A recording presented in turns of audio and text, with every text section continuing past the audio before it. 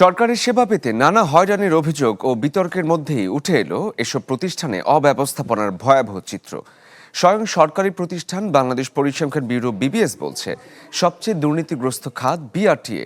পরের অবস্থানেই রয়েছে আইন শৃঙ্খলা বাহিনী আর পাসপোর্ট অধিদপ্তরের নাম। আর সেবা পেতে সবচেয়ে বেশি ঘুষ দেন নোয়াখালী ও কুমিল্লার মানুষ। বুধবার রাজধানীর আগারগাঁওয়ে প্রতিষ্ঠানটির নাগরিক ধারণা জরিপে উঠে আসে এমন তথ্য।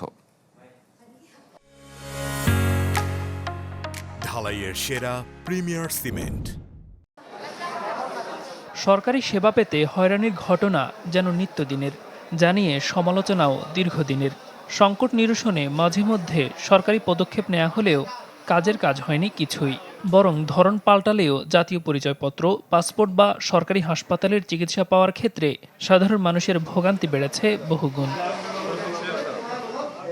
বিষয়টি উঠে এলো স্বয়ং সরকারি প্রতিষ্ঠান বিবিএস-এর নাগরিক ধারণার জরিপেও।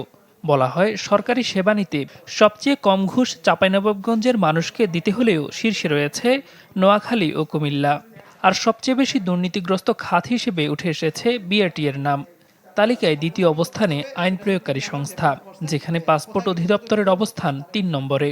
জরিপ বলছে, মান নিয়ে বিতর্ক থাকলেও এখনও সরকারি স্বাস্থ্যসেবায় নির্ভরশীল অন্তত ৪৭% জনগোষ্ঠী। স্বাস্থ্যক্ষেত্রে 47% হচ্ছে সার্ভিস নিচ্ছে, তার মানে কি মোর দ্যান 50% সার্ভিসের বাইরে থেকে যাচ্ছে।